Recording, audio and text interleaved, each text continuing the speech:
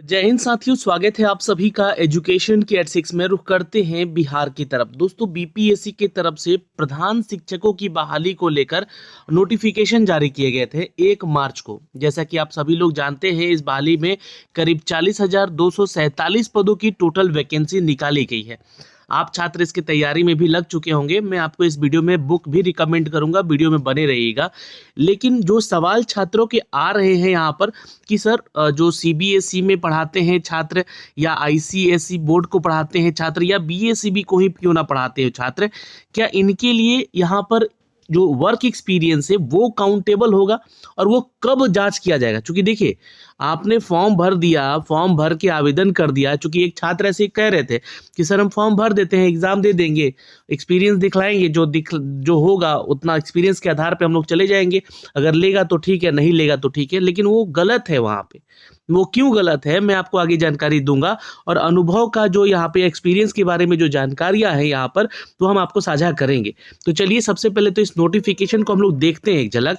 और जो भी छात्र देखिए इस परीक्षा को लेकर, प्रधान शिक्षक के परीक्षा को लेकर जो भी छात्र तैयारी कर रहे हैं, उनके लिए चक्षु पब्लिकेशन लेकर आया है best book for the Bihar head teacher. जी हाँ, आप प्रारंभिक शिक्षक हेड टीचर बनना चाहते हैं तो आपके लिए ये स्टडी गाइड बुक आया है। इस स्टडी गाइड बुक में आपके सिलेबस के अनुसार सामान्य अध्ययन के 75 प्रश्न और डीएलएड कोर्स से संबंधित 75 प्रश्न, चूंकि इस बार यहाँ पे जो आपका कोर्स डिजाइन किया गया है, आपके एग्जाम का पैटर्न डिजाइन किया गया है, उसी के आधार पे आपका जो है यहाँ पे जो है ये आपका सिलेबस के तौर पे तैयार करके आपको ये प्रैक्टिस सेट भी दिया जा रहा है। आप इस पुस्तक को देखिए, बहुत इंपॉर्टेंट पुस्तक है। एनसीईआरटी एससीईआरटी के पैटर्न पर ये पूरा का पूरा जो आपका स्टडी मटेरियल है तैयार करके दिया गया। ये नोट्स नहीं है, ये गाइड नहीं है, एक तरह का नोट्स है आपके लिए, जो कि आपकी परीक्षा को लेकर बहुत ही इंपॉर्टेंट है। देखिए, जैसे आप यहाँ पे इंडेक्सेस में आते हैं तो आपको जो है पहले तो सिलेबस मेंशन किया गया, ये सारे सिलेबस हैं। इस सिलेबस मेंशन देखने के बाद आपको यहाँ पे एक विषय सूची मिलती है जिसे हम लोग इंडेक्सेस कहते हैं। अब इस इंडेक्सेस में वही सारे टॉपिक लिखे गए हैं और उसके बारे में जानकारियां दी गई हैं। उन पेज नंबर को भी आप लोग देखिएगा और अच्छे से, पहले तो आपको वन लाइनर के फॉर्मेट में दिया गया है, फिर उसके बाद यहाँ पे एमसीक्यूज में आपको दिखलाऊंगा अभी, है ना। एमसीक्यूज के आधार पे क्वेश्चन आंसर दिए गए हैं। तो आपको क्या करना है कि यहाँ पर इन सभी प्रश्नों को एक एक करके, देखिए समय है आपके पास इस परीक्षा को लेकर, तो अभी से तैयारी शुरू कर दीजिए। ये देखिएगा, ये सारे नोट्स दिए गए हैं, यहाँ पे आपको ये नोट्स मिल जाएंगे। नीचे जैसे ही जाएंगे आप, नोट्स ये जो है ब्लॉक वाइज भी करके दिया गया है और कुछ वन लाइनर क्वेश्चन भी देखने को मिलेंगे। नीचे आइएगा तो देखिएगा, तो यहाँ से देखिएगा, ये आपको वन लाइनर क्वेश्चन भी देखने को मिलेंगे जहां पे, और आपको पढ़ना है और उसी टॉपिक से संबंधित जो है एमसीक्यूज लगाने हैं। मैं आपको दिखलाता हूं। यहाँ पे नीचे आएंगे, इस नोट्स के नीचे आएंगे तो आपको जो है यहाँ पे वन लाइनर के बाद, ये वन लाइनर है सारे, इसके बाद जो है आपको ये देखिए एमसीक्यूज मिलेंगे उसी टॉपिक से रिलेटेड। तो ऐसे करके जो है ये सारे सिलेबस को मेंशन करके यहाँ पे तैयार किया गया है। आप लोग इस पुस्तक को घर बैठे मंगा सकते हैं, लिंक हमने डिस्क्रिप्शन में दे रखा है। आप इसका डिस्कशन भी पढ़ सकते हैं, ये डिस्कशन दिए गए हैं इसके क्वेश्चन आंसर्स के, और इस डिस्कशन को पढ़कर अपनी तैयारी को और बेहतर से बेहतरीन बनाएं। अब छात्र पूछेंगे कि सर, ये तो स्टडी गाइड बुक है, नोट्स है, हमारे लिए जो एमसीक्यूज बेस्ड क्वेश्चन आंसर का कोई बुक है क्या? तो चक्षु पब्लिकेशन ही लेकर आया है आपके लिए 5000 प्रश्नों का संग्रहालय, जो कि अध्यायवार यानी कि टॉपिक जो है आपके सब्जेक्ट वाइज दिए गए हैं। मतलब कि जो आपका सब्जेक्ट वाइज करके, मतलब कि लेसन वाइज करके तैयार किया गया है। हर वो टॉपिक जो कि यहाँ पे गाइड बुक में मिलेगा देखने को, नोट्स में देखने को मिलेगा, उसका आपको एक चैप्टर जो है एमसीक्यूज के आधार पे देखने को मिलेगा। लगभग 5000 प्रश्नों का संग्रह है।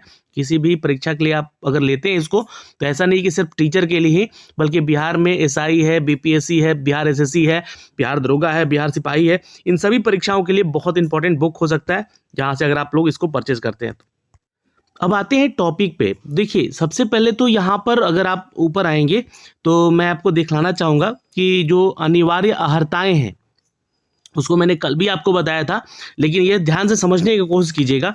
जो अनिवार्य अहर्ताएँ हैं यहाँ पर, जो कि नियमावली 2023 के तहत तैयार की गई है, इसमें कहा गया है कि आप सभी छात्र जो हैं, यहाँ जो भी परिभाषित किया गया है इस नियमावली के तहत, कि कोई भी शिक्षक आयोग द्वारा आयोजित परीक्षा में भाग ले सकता है, बशर्ते उसके पास सरकारी प्रारंभिक विद्यालयों में न्यूनतम 8 साल का शिक्षण अनुभव होना चाहिए। अब ये 8 साल का वर्क एक्सपीरियंस जो है आपका सीबीएसई से हो, ये ध्यान रखिएगा, या आईसीएसई बोर्ड से हो, आईसीएसई बोर्ड से हो या फिर बीएसईबी बोर्ड से हो, है ना, किसी भी बोर्ड में आपने पढ़ाया है और ये मिनिमम जो है आपका 8 साल का वर्क एक्सपीरियंस है, ये काउंट किया जाएगा इस डेट का कट ऑफ के लेकर। लेकिन आपकी उम्र सीमा 58 साल से ऊपर नहीं होनी चाहिए। अगर आप जो है सेवानिवृत्त हैं, यानी कि रिटायर्ड हैं कहीं से, किसी विभाग से और किसी से स्कूल से, तो 60 साल से आपकी उम्र ज़्यादा नहीं होना चाहिए। सरकारी प्रारंभिक विद्यालयों में 8 वर्षों का शिक्षण अनुभव का प्रमाण पत्र देने हेतु सक्षम पदाधिकार जिला शिक्षा पदाधिकारी होंगे।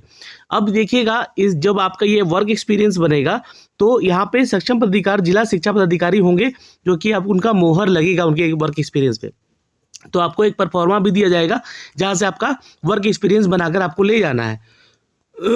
अब जरा नीचे आते हैं यहाँ पे और कुछ निर्देश दिए गए हैं, यहाँ पे इनको समझने की कोशिश कीजिएगा। देखिए, ये निर्देश दिए गए हैं कि आयोग के द्वारा विज्ञप्ति ऑनलाइन आवेदन पत्र में प्रधान शिक्षक अभ्यर्थी के द्वारा योग्यता और अनुभव से संबंधित स्व घोषणा के आधार पर उनकी उम्मीदवारी का मूल्यांकन किया जाएगा। ये कब की बात की जा रही है? जब आप एप्लीकेशन फॉर्म भरेंगे तो ये आप ही को बताना है कि आपके पास कितने साल का वर्क एक्सपीरियंस है। सपोज आपने यहाँ पर 8 साल का वर्क एक्सपीरियंस दे दिया है ना, और आपके पास है ही नहीं, तो इसकी जांच कब होगी? ये जांच होगी आपके डॉक्यूमेंट्स के समय, डॉक्यूमेंटेशन के समय। तो यहाँ पे वही बातें लिखी गई है कि आयोग के द्वारा की गई अनुशंसा नियुक्ति के अधिकार तब तक नहीं प्रदान करेगी जब तक यथा आवश्यक प्रमाण पत्रों की जांच उपरांत प्रशासकीय विभाग संतुष्ट ना हो जाए। ये आपका डॉक्यूमेंट वेरिफिकेशन के समय संतुष्ट किया जाएगा और प्रधान शिक्षक के पद पर नियुक्त के लिए यहाँ पे सभी दृष्टियों का उपयुक्त है। कोई अभ्यर्थी बिहार प्रारंभिक विद्यालय प्रधान शिक्षक नियमावली 2024 के अंतर्गत अधिकतर 3 बार ही परीक्षा दे सकेगा। अब आपका जो शुरू में सवाल था वहाँ पे कि सर मैं परीक्षा दे देता हूँ, बाद में हो सके तो यहाँ पे अगर एक्सपीरियंस कम भी रहा तो मुझे ले लिया जाएगा क्या? बहुत सारे छात्र ये सवाल पूछ रहे हैं कि परीक्षा दे दे क्या, मेरे पास 5 साल का एक्सपीरियंस है या 6 साल का एक्सपीरियंस है। तो देखिए, न्यूनतम जो आपका एक्सपीरियंस है, अनुभव है, वो 8 साल का ही मांगा गया है। सपोज मान लीजिए कि आपने परीक्षा दे दिया तो आपका जो है अटेम्प्ट काउंट हो जाएगा यहाँ पे, जो कि 3 ही बार आपको ये परीक्षा देनी है। हो सकता है कि ये 40,247 सीटों में से मात्र यहाँ पे 3500 ही सीटें भरे, या फिर मात्र यहाँ पे जो है 5000 ही सीटें भर पाए। ऐसा भी हो सकता है, क्योंकि पिछली बार जो वैकेंसीज हुआ था उसमें मात्र 421 छात्र ही सेलेक्ट हो पाए थे, प्रधान शिक्षक और प्रधानाध्यापक की वैकेंसी जो आई थी साथ में। तो ये ध्यान रही आप लोग को। तो यहाँ पे जो है आप लोगों का बाकी सीट जो है अगली बहाली में जोड़ा जाएगा, तो वो अटेम्प्ट आपका काउंट हो जाएगा। तो शायद मुझे लगता है कि एक्सपीरियंस को लेकर, यानी कि अनुभव को लेकर यहाँ पे आप लोगों का कोई भी डाउट अब नहीं रह गया होगा। अब डाउट को लेकर देखिए, यहाँ पर जो है ना एक नोटिफिकेशन और जारी किया गया था, लेकिन ये नोटिफिकेशन SC/ST कल्याण विभाग को लेकर, जहाँ पे हेडमास्टर का वैकेंसी है उसको लेकर ये जारी किया गया है। क्या कहा गया है इस नोटिफिकेशन को अभी आप थोड़ा सा समझ लीजिए। ये 5 तारीख को, यानी कि कल नोटिफिकेशन जारी किया गया है।